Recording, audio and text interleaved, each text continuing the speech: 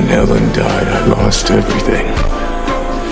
Until that dog arrived on my doorstep. A final gift from my wife.